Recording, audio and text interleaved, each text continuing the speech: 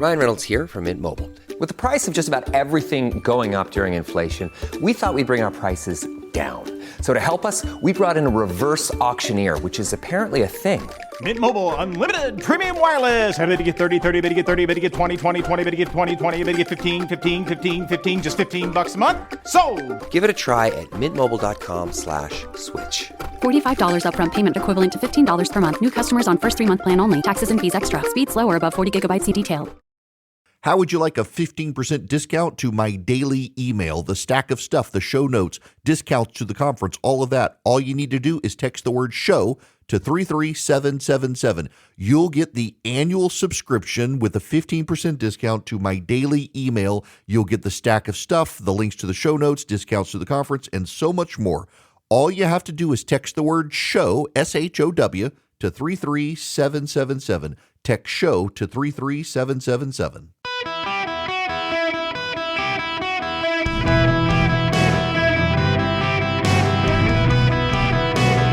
Welcome to the Eric Erickson Show podcast, Hour 2. Greetings, conversationalists. Welcome. It is Eric Erickson here across the United States of America. I am delighted to have you with me. Should you wish to be on the program, it would be fantastic.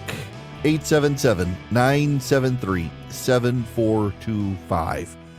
It's time to discuss evil. If you're a longtime listener of the program, despite the complaints of some, I try to minimize my use of the word evil to describe the policies of the other side I disagree with. The reason is because too many people on both sides have decided to use the word evil over policy disagreements to vilify those they disagree with, which moves something beyond a disagreement on the direction of the country to rallying forces of good versus evil for things that are, at the end of the day, policy disagreements. And I make a lot of people mad with that because you're passionate about something and you decide it's evil. Abortion is one of those things where I do think that killing a child is evil. But I try not to use the word evil when discussing abortion because I know a lot of people who are very well-intentioned, who do not mean to be endorsing evil, but they see the world and the issue completely different from me. And in particular, they see that the life of a woman and her control of her body is more important than embryonic creature inside, and it is evil to force this woman to carry around a child. And they think that's evil. And essentially what we're saying is we think each other is evil, and that's not very constructive for a debate where we're trying to change hearts and minds. Immigration is another one. Conservatives more and more say it's evil to flood this country with illegal aliens who are going to be rounded up and send them home and gives them hopelessness. And the left says it's evil to force them to stay on the other side of the border when they're fleeing drug cartels and gangs. And everybody wants to call everything evil. It used to be we could have disagreements in our society over policy positions of each other without labeling the other side evil. They're just people who disagree with us, but also fellow Americans. I say all that, and now I say this. I can't think of another word to use other than evil to describe what the Biden administration is doing when it comes to kids with gender dysphoria. This is from the New York Times. Health officials in the Biden administration pressed an international group of medical experts to remove age limits for adolescent surgeries from guidelines for care of transgender minors, according to newly unsealed court documents. Age minimums, officials feared, could fuel growing political opposition to such treatments. Email experts from members of the World Professional Association for Transgender Health recount how staff for Admiral Rachel Levine, Assistant Secretary of Health at the Department of Health and Human Services and himself a transgender woman, urged them to drop the proposed limits from the group's guidelines and apparently succeeded. If and when teenagers should be allowed to undergo transgender treatments and surgeries has become a raging debate within the political world. Opponents say teenagers are too young to make such decisions. But supporters, including an array of medical experts, posit that young people with gender dysphoria face depression and worsening distress if their issues go unaddressed. The draft guidelines, released in late 2021, recommended lowering the age minimums to 14 for hormonal treatments, 15 for mastectomies, 16 for breast augmentation or facial surgeries, and 17 for genital surgeries or hysterectomies. Wow. Now, I need to put this in perspective for you so that you don't misunderstand, as some people misunderstood. Some people misunderstood the Biden administration as wanting to get rid of the age standards so that anyone of any age could have any one of these treatments. That's not actually what happened. The Biden administration does not want to get rid of the age standards. So, for example, a 12-year-old could have a mastectomy or genital mutilation. That's not what they want. What they want is to get rid of the standards so that the public cannot see how young they intended to make the standards, which was 14 for what could be permanent alterations of the body through hormones, and 15 for mastectomies. Now, I want to talk specifically about that one. So I had this conversation with Andrew Sullivan yesterday, and Andrew Sullivan posited to me that if an adult decides that they are in the wrong body and they want to have surgery, that we should respect them. We should go with them when they change their names and respect their change of pronouns. And if that's what they want, that's what they want. That there's nothing sinful about it if it's a person who does that. And I respectfully disagreed with him and said, everything from your brain telling you you're in the wrong body to my wife's cancer is the product of the fall. Sin twisted the whole world. And we all have sins we grapple with, some more than others, all of us different from each other, but it's still a sin. God made us male and female. We don't get to change it. However, when my wife and I got married in the year 2000, my wife, 3 months after we got married, had a mastectomy. Double mastectomy. Her family had a horrible history of breast cancer, and it was a prophylactic mastectomy, they called it, meaning she did it because the odds were she was going to get breast cancer. It was fatal to most of the women in her family, and we didn't want that. She went through the mastectomy and couldn't do the reconstruction then and there, and it was a 6-month ordeal of putting expanders in her chest.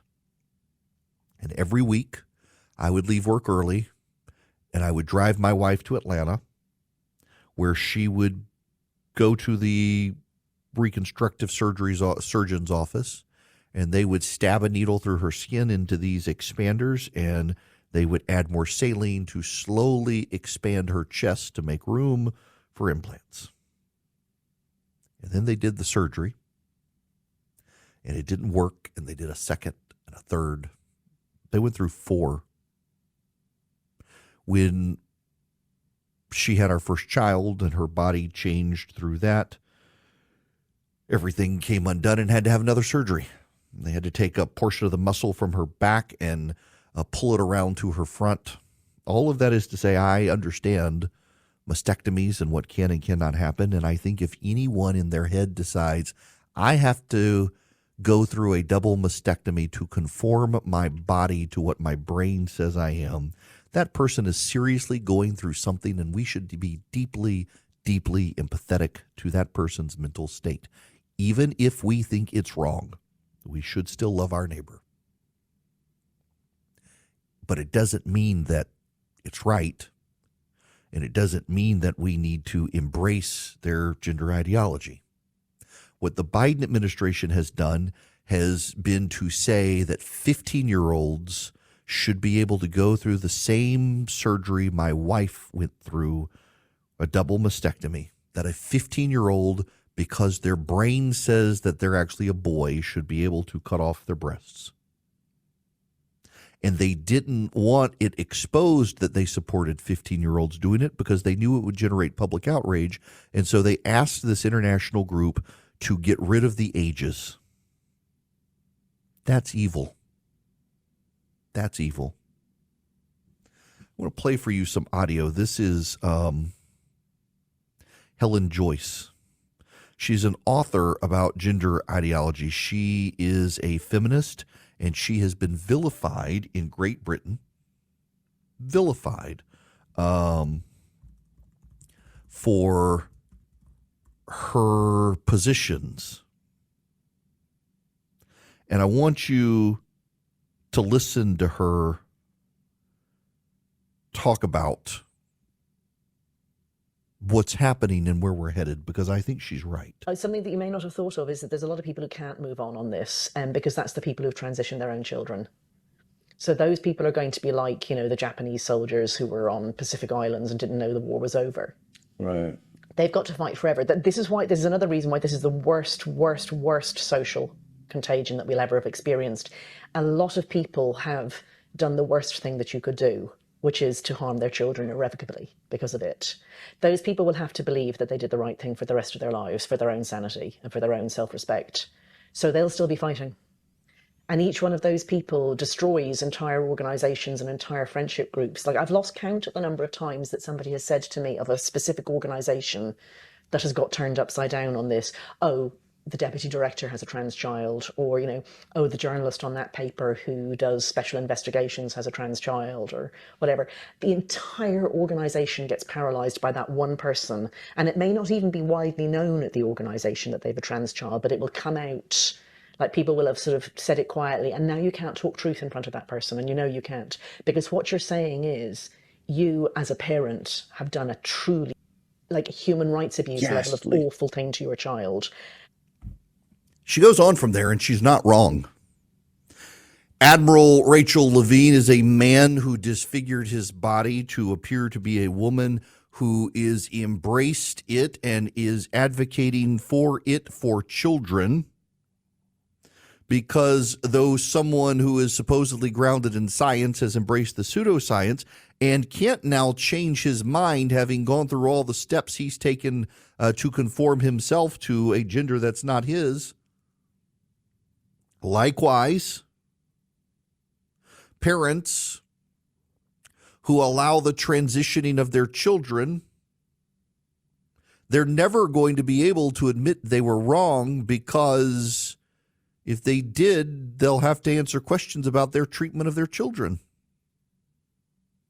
What's so awful and evil in this case is that it is the government of the United States of America that believes that a 14-year-old is acceptable for a 14-year-old to take hormonal treatments to delay puberty, which the growing body of evidence from the Cass report and others show actually can be permanent. It's not something that once started and stopped goes away completely.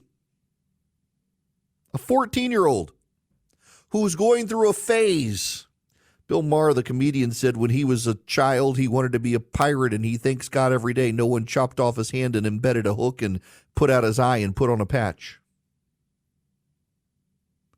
But that's exactly what parents are doing today to their children, with the blessing of a government that knows that the public would be so outraged to know the government supports allowing 15-year-olds to cut off their breasts that it's better to leave that out of the report than to have the public see it with their own eyes.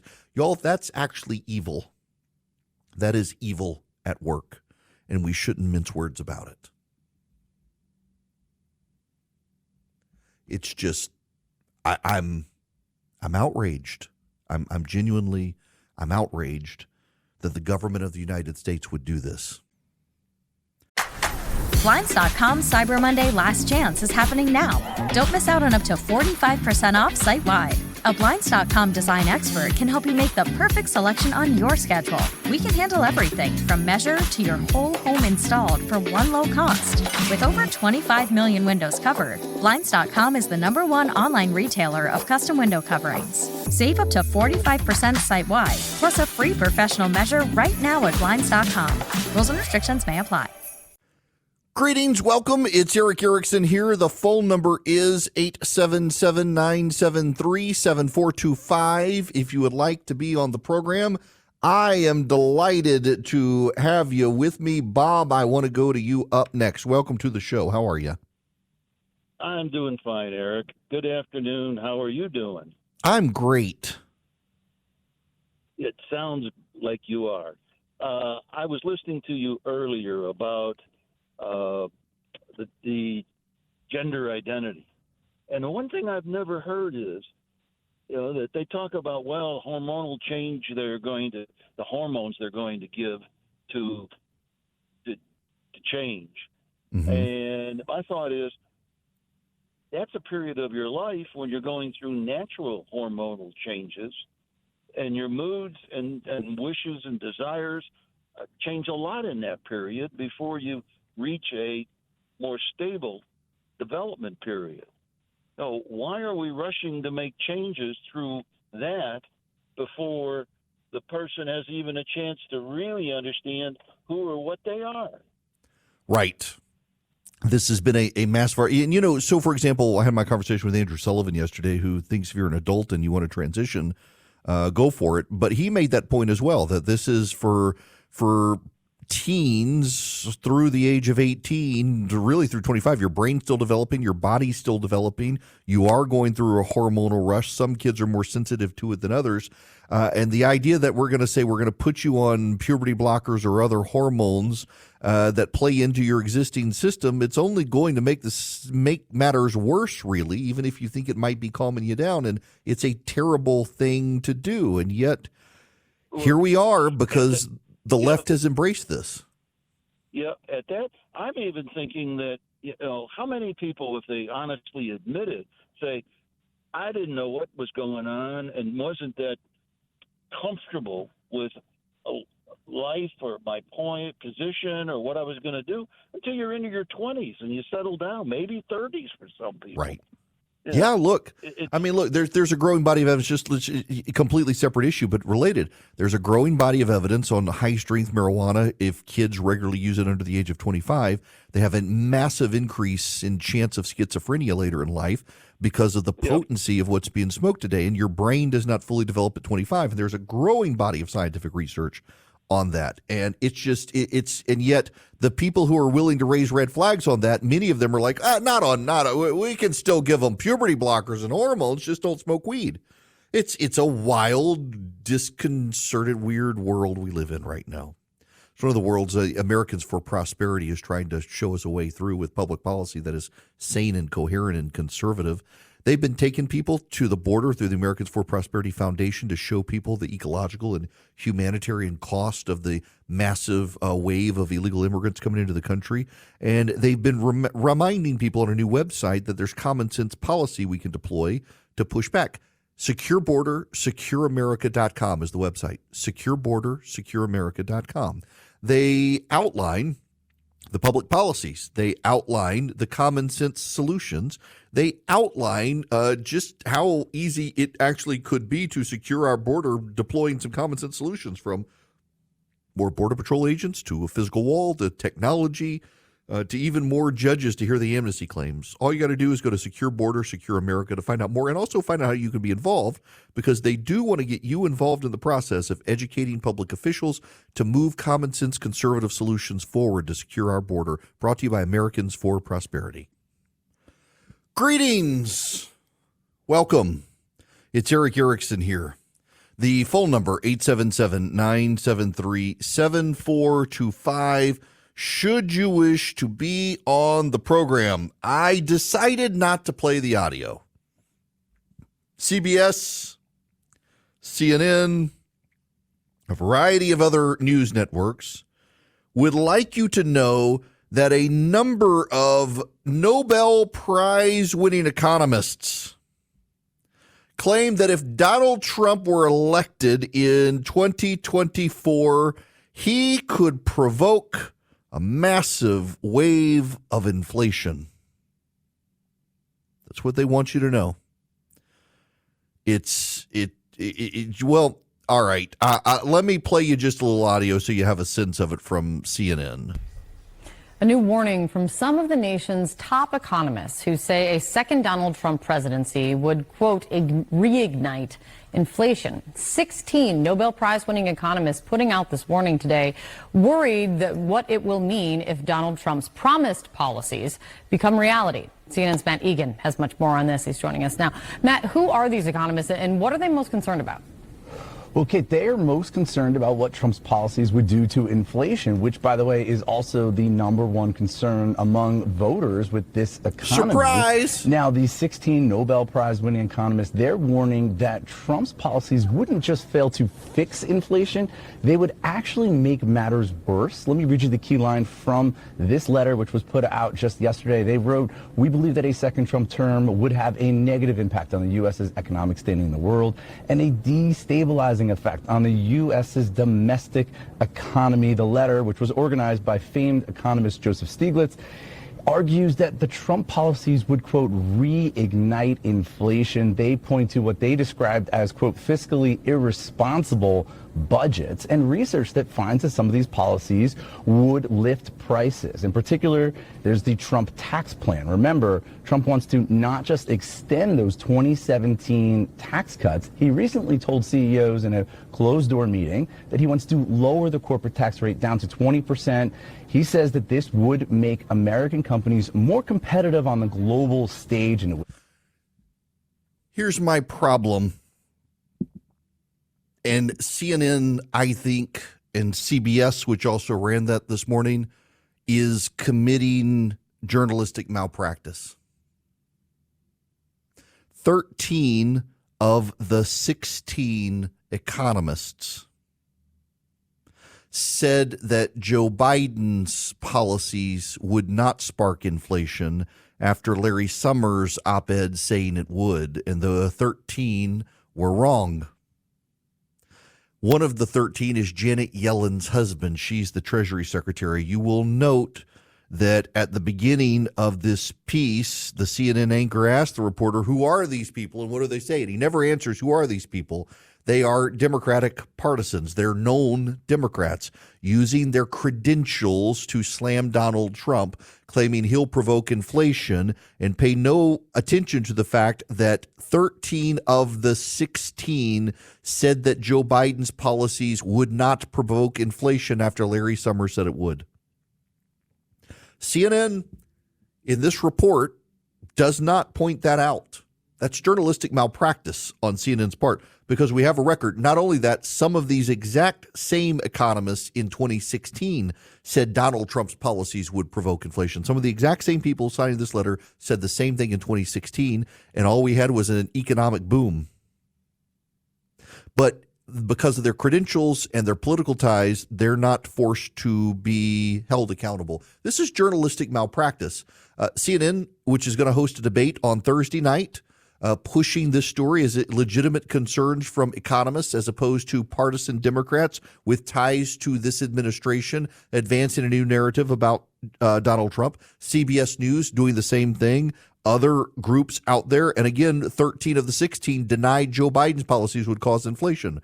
This reminds me of the 51 former intelligence officials that CNN and CBS and the other news networks also ran with, claiming that Hunter Biden's laptop was a Russian disinformation claim, and it turned out that was a lie. But these people were credentialed, and by having their national intelligence credentials, the news media ran with them as if they were expert authorities, and the New York Post had its account on Twitter suspended, censored for telling the truth, with other members of the media cheering on the censorship, saying that the New York Post was peddling Russian disinformation.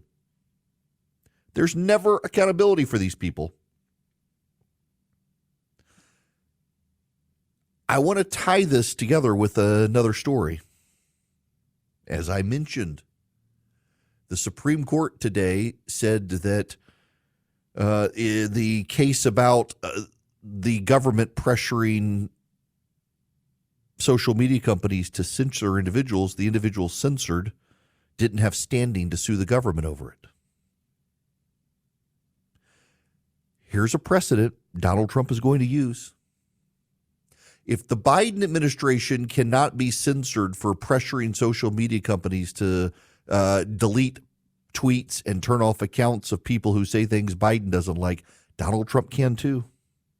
And if he gets reelected, he'll use the same case and the same precedent to do the same thing, probably starting with these media companies that are pushing disinformation and misinformation from partisan Democrats claiming to be objective economists with no axe to grind when they have a terrible axe to grind against Donald Trump, including some of them married into the Biden administration.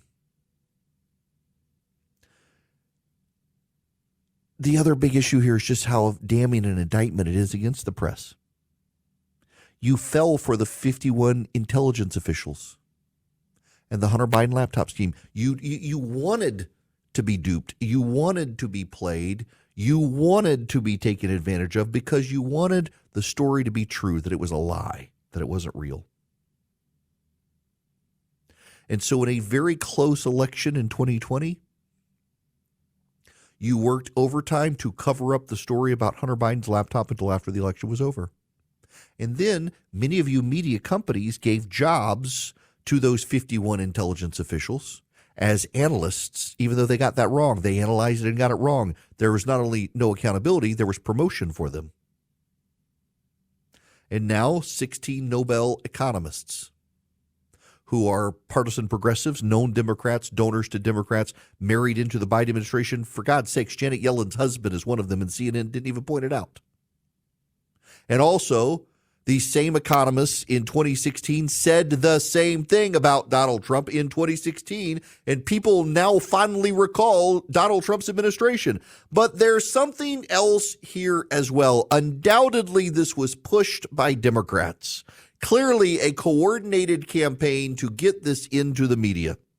The Biden-Harris regime is pushing social media responses with this letter today that 16 Nobel Prize-winning economists say Donald Trump will spark inflation. In fact, the Biden-Harris campaign has a poster out. It's got one of those Batman bombs, you know, the big black ball with the long fuse like Batman in the old Batman movie carries back and forth.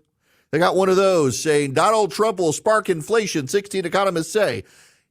That is campaign malpractice, not just journalistic malpractice by CNN, CBS, and the others. It's campaign malpractice by the Biden administration to say, hey, guys, let's talk about inflation. Hey, remember who sparked inflation? 13 of these 16 economists said it wouldn't happen, and it did. The Biden administration is not in a position to be making an argument against Donald Trump on inflation when they said it wouldn't happen in their case and that if it did happen, it would be transitory. And even now, Janet Yellen, whose husband signed this letter, Janet Yellen said, maybe we shouldn't have said transitory.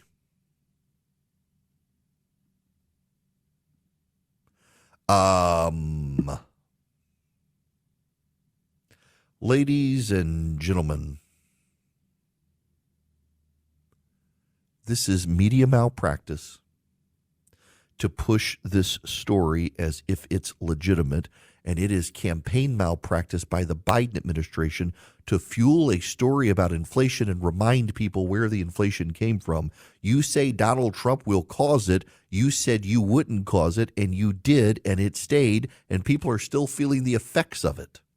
And also, many of these same guys in 2016 said the same thing about Donald Trump. I for the life of me can't understand why anyone thought this was a good idea. It just reminds me of how badly politics is being played by the Biden administration right now. It's like these guys are in some cloistered bubble where everything they come up with they think is just genius. Sometimes you come up with really bad ideas in politics, and someone in the room should tell you, y'all, this is a bad idea.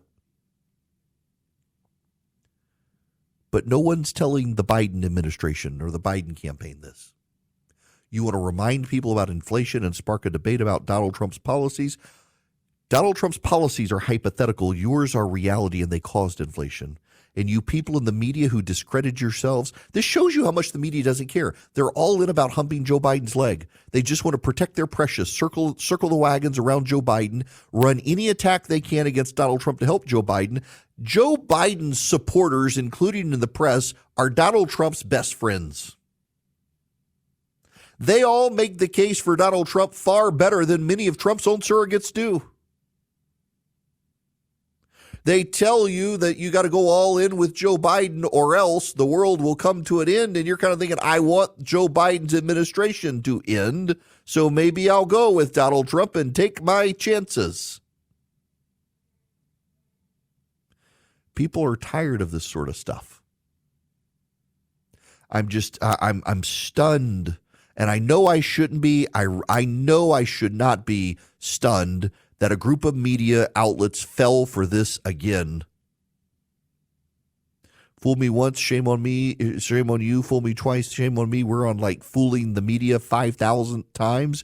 There's never been correction. There's never been humility. There's never been recognition. Their ratings are in the toilet. Their subscription rates are down, and yet they continue to protect the precious instead of telling us the truth.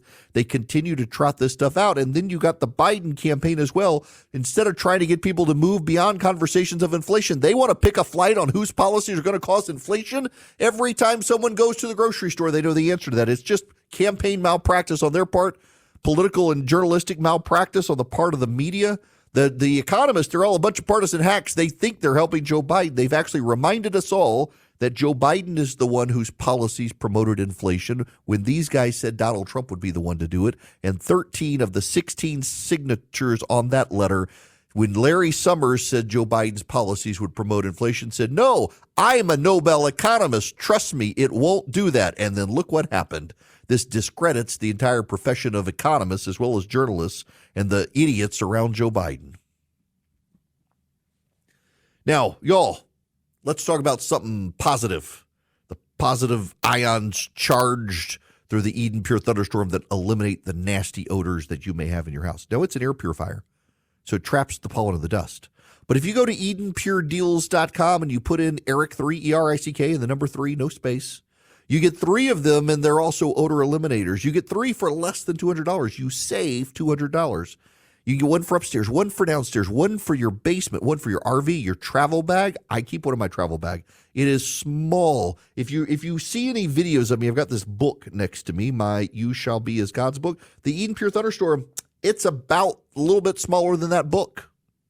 So I can fit it in my travel bag. I can plug it in with a USB cord in my car or plug it into the wall, and it just works. And it wipes out odors, litter box odors, smoke odors, pet odors, wet dog odors, cooking odors, shrimp odors, musty odors, you name it. EdenPureDeals.com. The discount code is Eric3, E-R-I-C-K, the number 3. Get 3 of them for less than $200. You're saving $200. EdenPureDeals.com. Welcome. It is Eric Erickson here. The phone number is 877-973-7425. Jim's been waiting patient. Welcome to the show, Jim. How are you? I'm fine. How are you doing? Great. Good. Well, let's talk about Trump's tariffs. I'm a little confused. Back in 2018, I understood, it was my understanding, that Trump's tariffs were designed to get rid of tariffs. When he got together with the EU negotiator, he just said, and I read this in a news story, that why don't we just get rid of tariffs?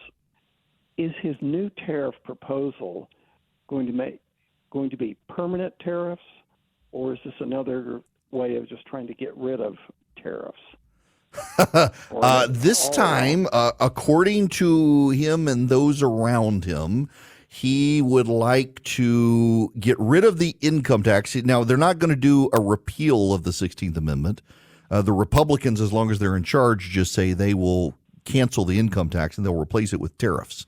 The problem with doing that is it actually would be inflationary because the cost of everything you buy would go up to handle the tariff. We also already know how much it would generate in terms of money to the U.S. government because we can look at what's being sold today project into the future, let's just say a 3% increase, or even let's go with a 5% increase, and you're still several $1 trillion short of what the income tax generates. So you're either going to dramatically cut the government. In fact, we would only be generating enough money to pay the interest on the debt. We wouldn't be generating enough for anything else in the government: Medicare, Medicaid, Social Security, education, defense, anything. It'd just be interest on the debt. So that's what they want to do, and economically it just doesn't seem to actually make any sense. Oh, dear Lord. Well, yeah, I know. And listen, this is an idea that's floated out there, and the reality is it's not going to pass. There are some of the right who have this idea of, let's scrap the income tax and we'll go with tariffs. And it won't generate enough money, so we'll dramatically cut government. That's the idea. We will massively be forced to cut government. You know, and I know, there is no way on God's good earth that that's actually going to happen. We're not actually going to do a massive cut to the federal government just because we've altered the structure of taxes. No, what's going to happen is they'll keep the income tax too, and that'll cause economic stagnation in the country. It's not, frankly, smart politics, because it's like got no possibility of happening, and it's easy to attack because tariffs actually are inflationary, because they actually do raise the price of goods. Like, it's obvious. The country that you're imposing the tariff on doesn't pay the tariff. The importer into the United States pays the tariff, and they pay it by passing on the cost to the consumer. So again, let's say we're going to impose a tariff on goods from Vietnam. Well, you're going to add $5 to the $5 shirt. Your price is now going to be $10. That's $5 more than it was. That's inflationary, definitionally. It's not just on China what he's planning tariffs on. It's everything. It's not going to happen, though. I mean, it feasibly can't happen, and yet that's just the campaign approach right now.